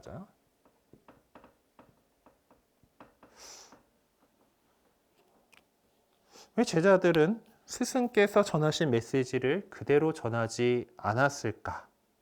제자들이 하느님 나라의 도래 대신에 부활하신 예수님을 전한 데는 어떤 뭐 이유가 있었겠죠? 그럼 이 변화를 어떻게 설명해야 하겠는가? 이제 그래서 이것에 대한 답변을 위해서 초세기의 유다인들이 부활을 어떻게 이해하고 있었는지를 먼저 살펴보려고 합니다. 기원전 160년경부터 유다이즘 안에는 강한 영적 사상이 나타나기 시작했습니다. 이제 이 흔적을 우리는 이제 마카베오서에서 찾아볼 수 있는 건데요. 그 사상에 의할 것 같으면 하느님께서는 안티오코스, 시리아 임금의 그 가혹한 박해로 인해 순교당한 자들이 부패를 겪도록 결코 방치해두지 않으실 것이다. 그러니까 썩어서 이제 어떤 이제 그런 죽음과 이제 육신의 부패를 겪지 않도록 방치해두지 않을 것이다라는 믿음이 있었어요. 실질적으로 당대 유다인들은 그런 믿음을 갖고 있었습니다. 그렇기 때문에 그들은 부활을 세상의 마지막이 다가오고 있음을 알려주는 종말론적인 사건인 것처럼 기다려왔던 것입니다. 그러니까 이 종말이라고 하는 것은 부패한 현재의 세상이 끝나고 새로운 세계가 나타나게 될 것을 될 때에 종말이 실현될 것이죠. 이 초대교회 안에서 셋째 날이라는 표현 속에 담아 놓았던 믿음이 바로 그런 것이었습니다. 유다인들의 그러한 생각들은 그리스도의 부활 사건을 이해하는 근거로 삼는다라면 우리는 이제 다음과 같이 말할 수 있을 겁니다. 즉 하느님께서 십자가에 처형된 바로 그 예수님을 부활시키셨음을 선포하는 것은 다름이 아니라 이제 마지막 때가 가까웠다, 다가왔다. 그러니까 부활한다라고 하는 것은 이제 이미 종말론적인 그런 것으로 또 유다이즘 안에서 그것이 있었다라면은 지금 이 부활했다라고 예수님께서 부활하셨다라고 하는 것을 선포하는 것은 그 마지막 때가 종말의 때가 다른 이제 우리도 부활하게 될 그 종말의 때가 다가온다라고 하는 하느님 나라가 가까이 왔다라고 하는 이 예수님의 그 복음 선포와 이어진다라는 거죠. 예수님께서 부활하셨다라고 하는. 그래서 다시 말해서 새로운 세계가 열리기 시작했던 것을 알리는 것이고 그 새로운 세계라는 것은 바로 하느님께서 통치하시는 그 나라가 왔다라는 것을 의미하는 것이죠. 국가는 그 국가의 권력이 어디에서 나오든 그 권력이 미치는 영역을 자신의 영토로 삼게 됩니다. 그렇죠? 대한민국의 영토는 한반도와 부속도서로 한다라고는 하지만은 우리는 북쪽에 대한민국의 권력과는 상관없는 집단이 존재하고 있죠. 네. 그래서 실질적으로 대한민국의 국권이 미치는 곳은 지금 휴전선 이남과 우리 이제 지금 우리가 살고 있는 대한민국의 영역이 이제 그렇게 됩니다. 헌법상에는 분명히 한반도 전체와 부속도서가 우리의 영토라고 얘기는 하지만 실질적으로 우리나라다라고 얘기하는 것은 우리나라의 권력이 법이 그것이 적용되는 그런 곳이죠. 하느님 나라라고 하는 것은 하느님의 뜻이, 그러니까 하느님은 이제 예전 그것들에 따라서 어떤 왕국으로 이제 표현을 하죠. 그리스도 왕국 이렇게, 그리스도 왕 이렇게 또 얘기를 하니까 어쨌든 그 주권은 하느님의 주권은 하느님에게서부터 나오는 것이고 그분의 뜻대로 세상의 일이 이루어지는 것이 그분의 주권이 미치는 영역인 거죠. 하느님 나라이겠죠. 그럼 이 세상에서 우리들이 그리스도인들이 어떤 삶으로 통해서 정말 아버지의 뜻이 하늘에서와 같이 땅에서도 이루어지는 우리가 예수님께로부터 배운 그런 서로 사랑하라는 새로운 계명에 따라서 이 세상의 일들이 이루어지게 된다라면은 그것이 비록 대한민국이라는 세속 국가의 권력이 미치고 있는 영역 안에 있는 이곳이라도 하느님의 뜻이 늘 이루어지는 곳이다라면 그것은 하느님의 나라라고 할 수가 있겠죠. 우리는 그걸 바라고 살아가는 사람들입니다. 주님의 기도 늘 바칠 때마다 아버지의 나라가 오시며 아버지의 뜻이 하늘에서와 같이 땅에서도 이루어지소서라고 하는 것은 바로 이 하느님 나라가 이 세상에서 이루어지게끔. 하지만은 여전히 그것은 이미 와 있긴 하지만은 아직 안 이루어졌죠. 우리 그리스도인들이 이제 이루어 놓은 것들이 분명히 있습니다만은 그래서 하느님의 뜻에 따라 하지만 세상에 여전히 아직 그 긴장 관계들이 있습니다. 아무튼 그래서 부활이라고 하는 것이 어떤 이제 종말에 대한 그 관점을 얘기를 하는 것이고 그것을 통해서 그 하느님 나라가 도래한 그런 상황이다라고 했는데 안타깝게도 이제 이 당시에서는 그것이 금방 있을 거다라고 생각을 했죠. 이제 그 세대가 다 이루어지기 전에 하나님 나라가 올 것이다라고 하는 그런 생각이 있었지만은 지금까지 이제 미루어지고 있습니다. 정말 우리 인간의 손으로 정말 하나님의 그 나라를 이루어 나가기 위해서 계속 또 애써야 될 것 같아요. 자, 이제 문제는 예수님께서 하늘나라가 도래했다고 선포하셨을 때나 제자들이 예수님의 부활을 선포했을 때나 선포된 복음을 받아들이기 위해서 어떻게 해야만 했느냐라는 것입니다. 근본적으로 예수님도 하나님 나라 가까이 왔다 뭐 하라 그랬죠? 회개하라고 했어요. 자신의 어떤 삶의 방향을 이제 돌려가지고 하나님 나라를 향하라고 이제 잘못을 뉘우치고 돌아가라라고 이렇게 하셨습니다. 예수님께서 부활하셨습니다라고 이제 베드로 선포하면서 베드로가 오순절 설교를 하고 나서 사람들이 가슴이 막 메어 찢어진다면서 이제 우리는 어떻게 해야 됩니까?라고 했을 때 회개하고 예수 그리스도를 믿으십시오. 이 회개라고 회심이라고 하는 뭔가 이제 이 변화가 있어야 합니다. 그리고 지금도 우리가 계속해서 우리는 회심하고 회개하면서 하나님 나라를 향해서 나아가야 되죠. 부활의 신비를 표방하기 위한 용어와 이미지들을 또 살펴봅시다. 초대교회 신자들은 부활하신 예수님에 대한 자신들의 체험을 어떤 형태로 표명했었는가 그것을 좀 살펴보게 될 건데요. 이런 식의 작업은 믿음의 본질을 파고들어야 한다는 점에서 상당한 매력을 줍니다. 하지만 중요한 것은 그것이 학문적인 작업이 아니라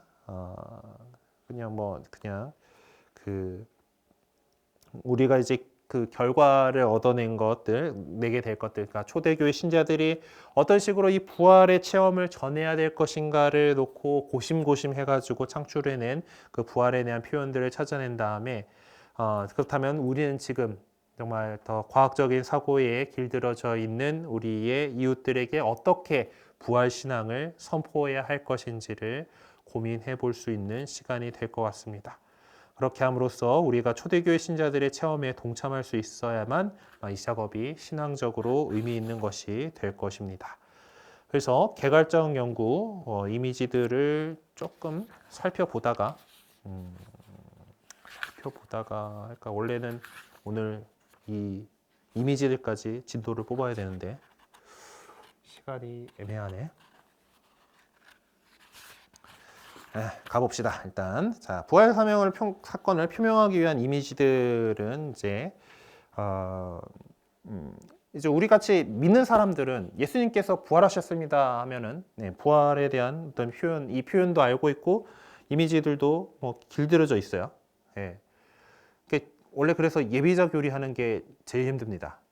이게 이 바탕이 없는 사람들한테 이걸 선포를 해야 되는 거기 때문에 이제 뭐 나중에 이제 그런 모습들도 이제 우리가 살펴보게 될 텐데요. 하여튼 정말 이 한 문장 갖고 이 엄청난 부활의 신비를 다 표현해낼 수 있다고 말할 수는 없을 겁니다. 그래서 그리고 또한 우리가 이제 그 부활의 이미지를 그려볼 수는 있겠지만은 그것이 과연 사람들이 이해하고 받아들여 줄 수 있을까? 자, 그리고 더 나아가서 우리 초대교회 선교사들처럼 부활을 선포해야 할 상황에 있을 때 어떤 표현의 말로써 부활을 선포할 것인가? 그냥 우리가 익숙해져 있던 그런 말이나 이미지로는 주님의 부활을 선포했다라고 말할 수 없을 거예요. 그래서 이 장에서 이런 문제들을 짚어가면서 우리 믿음의 정체성을 찾는 데 한번 주력해 보려고 합니다. 초대교회 신자들은 예수님께서 부활하셨습니다라는 이 표현 양식 하나만 가지고 그분의 부활 사건을 표명하기에는 부활 신비가 너무나 심오하고 오묘하다는 사실을 너무나도 잘 알고 있었습니다. 그래서 그들도 여러 용어나 이미지들을 사용해서 자신들의 체험을 설명하려고 했었고 어떤 식으로 표현을 해야만이 말로 다 하기 어려운 자신들의 이 부활 체험을 다른 사람이 알아듣고 또 동참할 수 있을까를 고민하면서 모든 역량을 모았습니다. 그래서 여기서 이제 신학성경에서 발췌한 몇몇 구절들을 통해서 초대교회 신자들이 부활의 신비를 표현하기 위해서 얼마나 고심했는지를 엿볼 수 있을 것 같아요. 자, 사도행전 2장 23절에서 24절이 나와 있고요. 이제 다시 살리셨습니다라고 하는 그 말이 이제 밑줄이 굵게 되어 있고요. 사도행전 2장 32절에서 36절의 말씀 가운데도 이제 다시 살리셨고 또 하느님의 오른쪽으로 들어 올리셨다라고 하는 그런 내용들이 나와 있습니다. 자, 그리고 그 예수님을 주님과 메시아로 삼으셨습니다라는 표현이 있고 사도행전 3장 13절에서는 이제 영광스럽게 하셨습니다. 또 그 다음에는 일으키셨고 또 살아있다라고 주장하는 살아있다 다시 살아나셨음을 일으키셨다 살아나신 또 주님이 되시다, 또 올리시다, 또 그분은 죽은 이들 가운데서 맞이십니다. 또 그분께서 늘 살아계시고 또 일으키시고 영광을 주시고 또 다시 생명을 받으시고 살아계신 분, 뭐 이렇게 하는 중요한 그 표현들을 이렇게 지금 찾아볼 수가 있었어요. 신약 성경에서 발췌한 이 본문들을 읽어보면은 한결같이 예수님의 부활을 선포하고 있는데요. 예수님의 부활 사건을 설명하는 데 있어서 다양한 형태의 표현 양식이 사용되고 있음을 느낄 수 있습니다. 부활 사건을 전하기 위해서 초대교회 공동체 신자들이 얼마나 절치부심했는지를 가늠할 수 있게 해주는 그런 부분이라고 하겠습니다. 그래서 이제 그렇게 다른 글씨체로 표시를 했는데 그 표현 내용들을 여기 한번 쭉 적어보세요라고 이렇게 있죠. 그래서 그거를 한번 이제 이것들을 이제 여기다가 쭉 적어 보시면은 되겠습니다. 오늘 집에서 한번 작업을 해보세요. 그래서 이것들을 정리한 내용들을 같은 의미끼리 묶어서 보면은 어떤 표현들이 자주 사용되었는지를 알 수가 있을 텐데, 그래서 그것들을 쭉 보면은 다시 살리시다라는 표현 되게 많이 나오고, 들어 올리시다라는 표현 나오고, 또 주님이고 메시아, 주님이고 메시아다라는 표현이 이렇게 있고, 또 네 번째로 많이 나오는 게 영광스럽게 하다. 그리고 다섯 번째로는 일으키다가 있고, 여섯째로 살아있다. 일곱째로는 게 맞이, 그리고 다시 생명을 받다라는 표현들을 이렇게 살펴볼 수가 있을 겁니다. 자, 그런데 부활 사건을 표현하기 위해서 사용된 동사들을 보면은 거의 대부분이 타동사, 그러니까 어떤 동작의 대상인 목적어가 필요한 동사이라는 것을 알 수가 있습니다. 그래서 이것은 그 부활 사건의 진정한 주체가 누구인가라는 것을 하는데, 목적어 자리에 들어가는 것이 예수님이죠. 주어는 누구예요? 하느님께서 하시다. 하느님께서 예수님을 다시 살리셨고, 예수님을 들어 올리셨고, 예수님을 주님이고 메시아로 하셨고, 예수님을 영광스럽게 하셨고, 예수님을 일으키신 거고, 예수님은 살아 있는 것이고, 그래서 이 부활 사건을 주도하시는 분은 하느님이시다라는 것을 이제 강조를 하고 있습니다. 자, 유다인들은 삼중 구조의 세계관을 가지고 있어요. 우리 뭐 여러 차례 나왔던 땅 있고 하늘 있고 지하 세계 있는 이렇게. 네, 이렇게 돼서 이제 이 하늘에는 하느님께서 계시고 땅에서는 살아있는 우리들이 사는 데고 지하는 죽은 사람들의 공간이다라고 이렇게 세계관을 갖고 있었는데, 초대교회 신자들이 선포한 예수님 부활 사건을 이해하기 위해서 이 세계관 역시 숙지하고 있어야 될 내용입니다. 신약 성경에서 발췌해서 인용한 내용들의 형태를 크게 나눠 보면은 한 3분의 2 가량이 땅 밑으로 내려가신 예수님, 그러니까 그분을 땅 밑으로부터 소생시키다라는 식으로, 그리고 한 3분의 1 가량이 땅 밑으로 내려가신 예수님을 그분을 하늘로 들어 올리다. 그러니까 저승에 가시어라고 하는 그 표현에 대한 저승이 이 유다인들 세계관에서 죽은 이들의 공간이다, 땅 밑이다라고 하는 거예요. 네, 그리고 그러니까 예수님의 부활을 표명하기 위해서 이렇게 이런 것들이 사용되는데, 그래서 땅 밑으로 내려가신 예수님이라는 표현의 내용은 자연적인 죽음을 겪으셔야만 했던 역사적인 예수님을 의미하는 것이고, 소생시키다와 들어 올리다라는 표현은 그야말로 그분의 부활하심을 의미하는 것입니다. 그래서 그런 이미지들 중에 몇 가지들은 구약 성경의 표상이나 구약 성경에서 찾아볼 수 있는 중요한 주제들을 연상시켜 주는데요. 첫째로 이제 이사야서 53장 10절에서 12절을 이제 옮겨보라고 적혀 있습니다. 그래서 요것들은 한번 좀 이제 직접 옮겨봐 주시고, 네. 자, 시간이 없으니까 이제 이것은 이제 그러나 그를 으스뜨리고자 하는 건 주님의 뜻이었고 그 주님께서 그를 병고에 시달리게 하셨다라고 하는 이제 유명한 주님의 종의 노래에 해당하는 그런 부분입니다. 자, 이 내용들에서 의로운 나의 종은 많은 이들을 의롭게 하고 그들의 죄악을 짊어지리라. 나는 그인들에게 이렇게 그가 죽음에 이르기까지 자신을 버리고 무법자들 가운데 하나로 헤아려졌기 때문이다. 또 그가 많은 이들의 죄를 메고 갔으며 무법자들을 위하여 빌었기 때문이다라고 하는 이런 내용들이 신약 성경에 어떤 내용과 관련이 있을까라고 살펴본다라면은 사도행전 그 2장 23에서 24절 이제 여기 처음 나왔던 본문 있죠. 그래서 하느님께서는 미리 정하신 계획과 예지에 따라서 여러분에게 넘겨주신 그분을 무법자들의 손에 빌려 십자가에 못 박혀 죽었습니다. 그래서 고통에서 풀어 다시 살리셨습니다라고 하는 요 내용과 사도행전 3장 13절의 그 내용들과 베드로전서 3장 이제 베드로전서 3장 18절 다시 그리스도께서도 죄 때문에 단 한 번 고난을 겪으셨습니다 라고 하는 이 구절들이 관련이 있다고 볼 수 있겠습니다.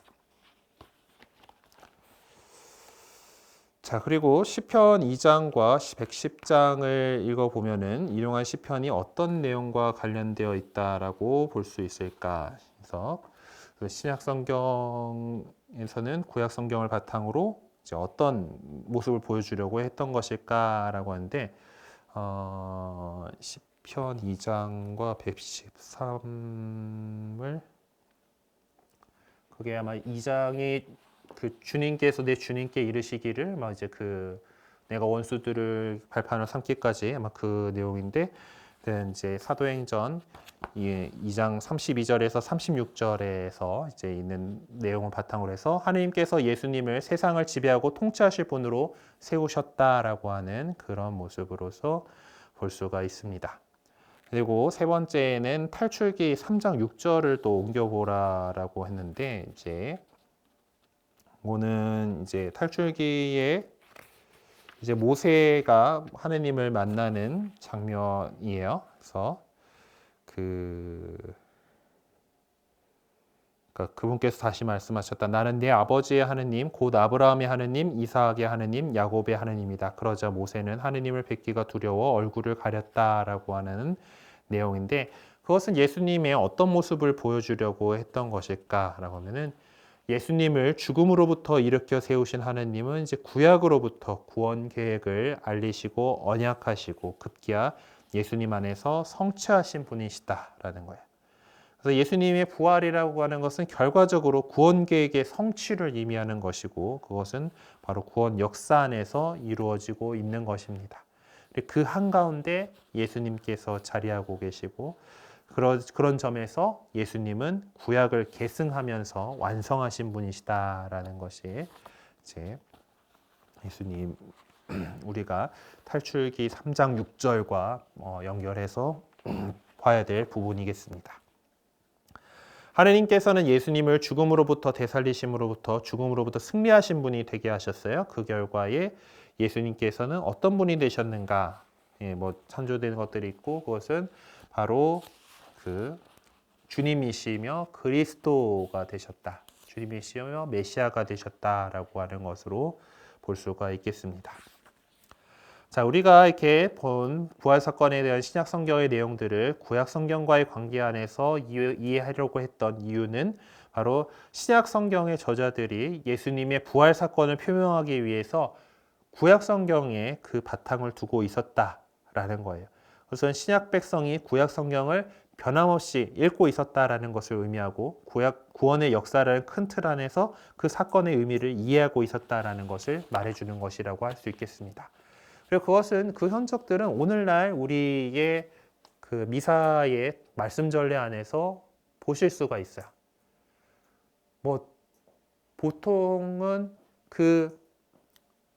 그날의 복음, 특히 연중 시기의 배치들을 보면은 확실히 그것을 알 수 있는데 그날의 복음 말씀과 제1독서, 구약의 제1독서의 내용은 연관성이 있습니다. 그러니까 복음 말씀을 예표하고 있는 구절들을 제1독서에 배치하고 또 그거와 관련 있는 시편을 화답송에 배치되어 있고 그리고 그것이 그리스도교 안에서 어떻게 받아들여졌는가를 드러내기 위해서 바오로 사도의 서간을 이렇게 배치를 하고 있어요. 그러니까 말씀 전례 그것들만 한번 쫙 꽤 보면은 오늘 말씀 전례에서 특별히 강조하고 싶은 부분이 무엇이겠구나를 파악하게 됩니다.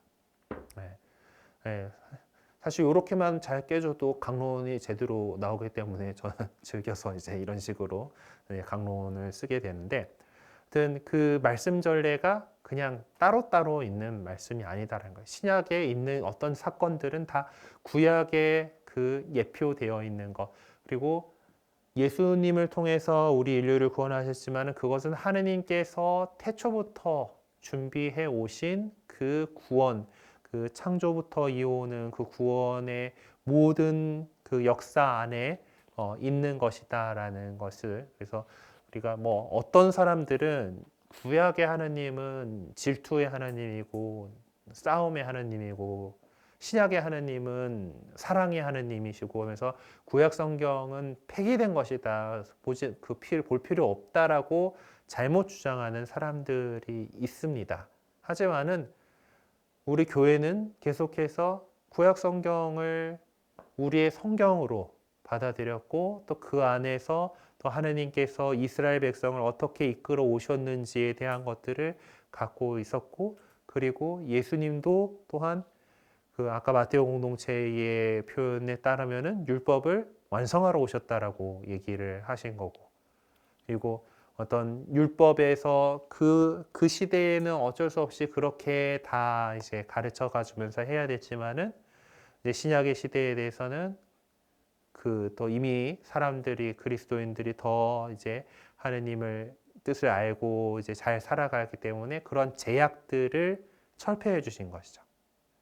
많이 하는 비유가, 저희 신부들끼리 전례를 미사를 공동 집전하면은 복사들이 해야 될 일들을 척척척척 합니다. 안 가르쳐줘도 알아서 자기가 무슨 역할을 해야 될지 뭐 이런 것들을 눈치껏들 해요. 잘 아니까 전례에 대해서. 하지만은 본당에서 어린이 복사를 뽑았어요. 그 일들을 도와주게끔 하려면은 하나하나 가르쳐야 되죠. 네.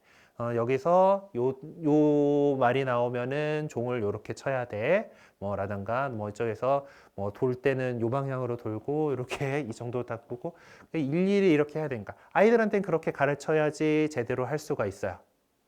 이제 그런 거와 마찬가지예요. 구약의 백성들에게는 하느님께서 세세한 것들을 다 이렇게 율법이라고 하는 형태로서 가르쳐 주셨어야 했지만은, 이제 신약의 백성들은 이제 그것을 그 근본 원리, 하느님을 사랑하고 이웃을 사랑한다, 그리고 너희는 서로 사랑하여라라고 하는 이 계명들로서 그보다 더 나은 그런 삶을 살아갈 수 있다라는 거죠.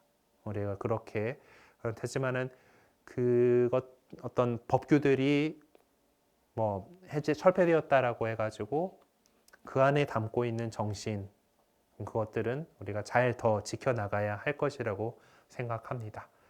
하여튼 오늘 이제 제가 늦게 온 김에 앞뒤를 바꿔가지고 하느라고 이제 조금 시간이 이제 평소보다 많이 지나가긴 했는데, 잘 들어주셔서 감사하고, 혹시 뭐 질문하실 거 있으신가요? 네. 네. 그 예수님이요. 예. 예수님이 부활하신 아마 영원한 생명이 저에게 주어졌잖아요. 네. 그러면 예수님 이전에 네. 부활하신 분들은 네. 영원한 생명하고 관계가 없는 건지, 예수님 이후에는 그렇게 저희가 그렇게 되지만 그게요 이렇게 잘 받아들여지질 않아요. 그게 늘 이제 많은 사람들의 이거 어떻게 되는 거지? 이에 해당하는 부분인데요. 예수님 이전에 살았던 분들 가운데에서도 충분히 하나님 나라에 합당하는 한 분들 많이 있죠. 그리고 아직 그러니까 예수 그리스도를 알지 못한, 그러니까 예수님 이후다 하더라도 자기 탓이 아니게 예수님을 알지 못했고, 그럼에도 불구하고 각자의 어떤 종교 안에서 정말 하느님 보시기에 좋은 사람으로 살았던 분들이 있잖아요. 네, 다 그런 분들은 다 이제 하느님의 나라에게 하느님께서 자비로우신 하느님께서 다 받아들여 주시지 않았을까라고 하는 게 이제 우리 믿음이고, 특히 예수님 이전의 분들에 대해서는 어떻게 얘기하냐면은 예수님께서 저승에 가셨잖아요. 그렇죠? 저승에 가시어 사흘 날에 죽은 이들 가운데서 부활하시고 한데 그 예수님 부활 사건으로 인해서 하늘나라의 문이 열렸다라고 하는 거고, 그리고 그때에 이 저승에 있던 영혼들을 데리고 하늘나라로 이미 가셨다라고 봐요. 네. 그러니까 그 구약 시대에 예수님 시대 이전에 있었던 의인들에 대해서는 하나님 나라에 다 데리고 가셨다.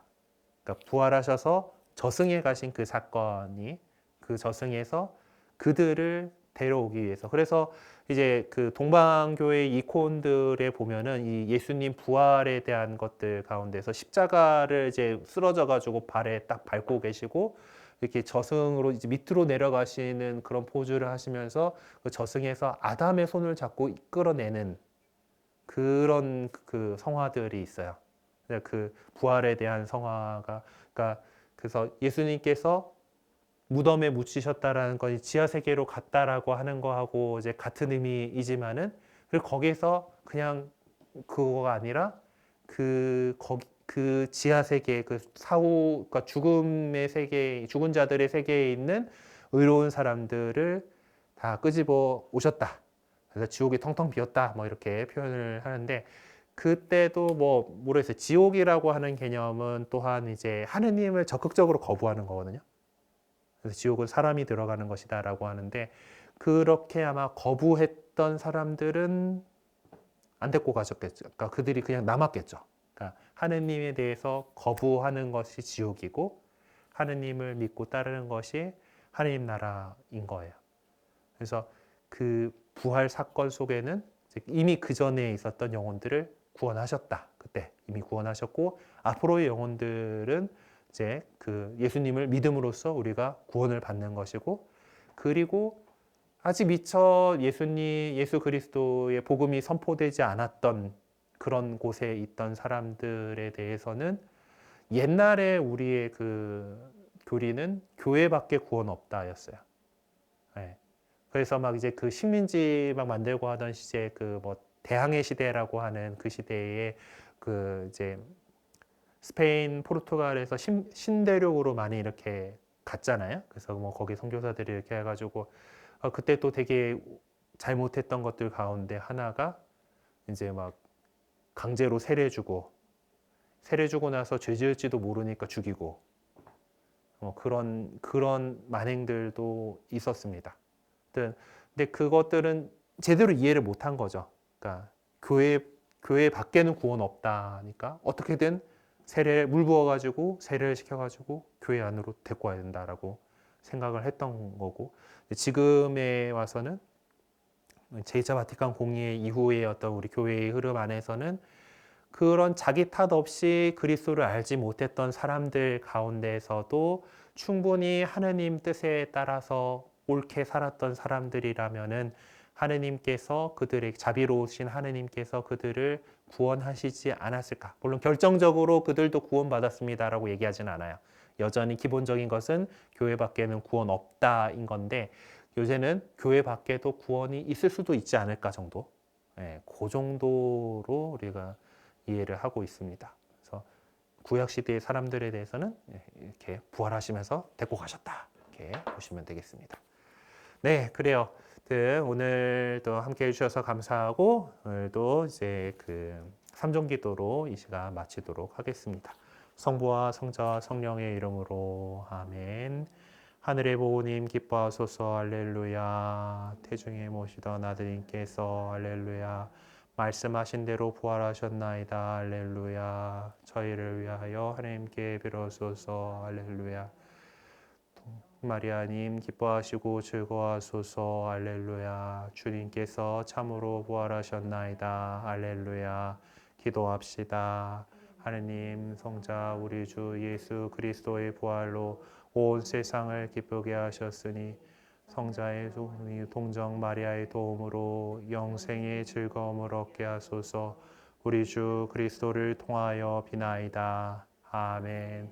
성부와 성자와 성령의 이름으로 아멘. 네, 수고 많으셨습니다.